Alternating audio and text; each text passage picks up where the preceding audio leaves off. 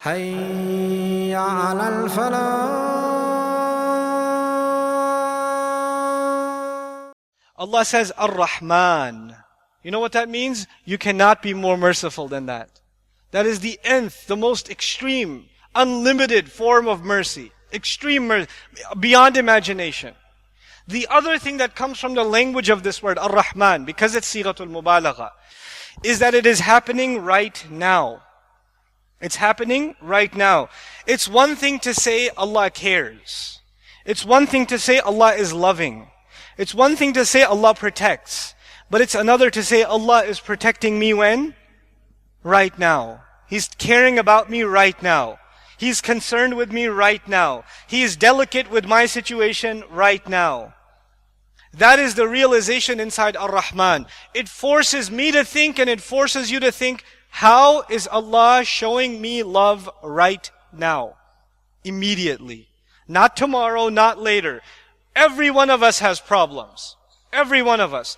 Maybe you have family problems. Maybe you have husband problems. Maybe you have wife problems. Maybe you have children problems, parent problems, in-law problems, boss problems, worker problems, government problems, immigration problems, economic. You got problems. And we think about our problems all the time. And we don't think about Ar-Rahman all the time. We only think about the problems. We don't think how many problems Allah saved us from.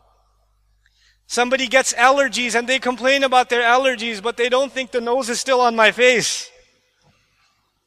That's Allah taking care of you, my friend. There could be so much worse.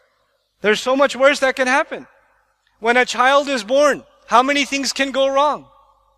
For those of us that have healthy children, we complain about the grades of our children. They don't pay attention in school. They don't do their homework on time. Parents complain and complain and complain. If you say, what do you say about your child? And they'll give you a list of complaints. Doesn't go to sleep on time, talks back, doesn't finish dinner, watches too much TV, video games all the time.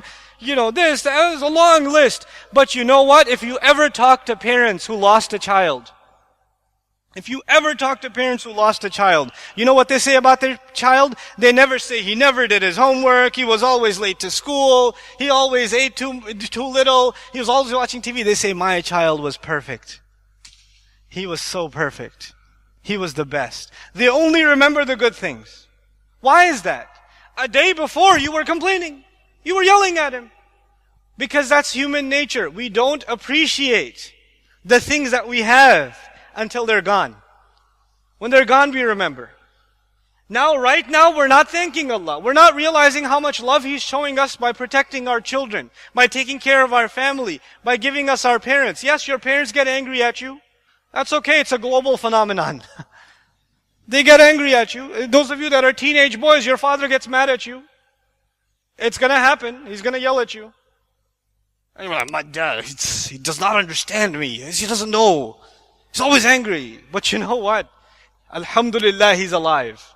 Alhamdulillah, you have an opportunity to show sabr to him and respect to him so you can earn Jannah with Allah. If you want to know if you're humble or not, see how you are to your parents. If you have an attitude with your parents, don't think about Islam. You're not ready for what Islam demands from your personality. Allah wants us to be humble. But humble does not mean you make salat like a perfect believer, but you show attitude to your father and your mother. Come on. That's not humility. تِلْكَ الدَّارُ الْآخِرَةِ نَجْعُلُهَا لِلَّذِينَ لَا يُرِيدُونَ عُلُوًا فِي الْأَرْضِ وَلَا فَسَادًا. The last home is built for people. Allah says we made the last home for people, Jannah for people who don't want to act up in this world. They don't act like this in this world. They don't show attitude. We have to learn to be humble to our parents, even if you think they're unfair. Even if you think they're unfair. That's part of appreciating the mercy and the love of Allah Azza wa Jal in our lives. This is something that one should think about every day. Just stop at Ar-Rahman. Just stop. And just think, what does that mean? What is Allah doing for me? How is, the fact that, for example, it was a dream in my life, I wanted to come to Malaysia.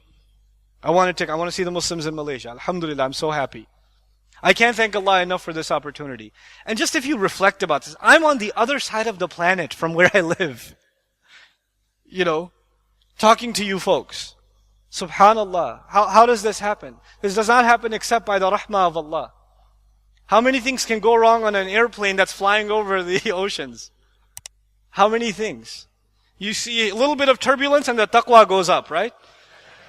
Right? The plane goes down and the iman goes up. That's like how it works. You know? SubhanAllah. That's His care. He cares. And He cares about every one of us like that. Sometimes people get depressed. Allah doesn't care about me. Why do I have all these problems? You haven't thought about Ar-Rahman enough. You haven't thought about that enough. You don't have to wait for His care to come. It's already there.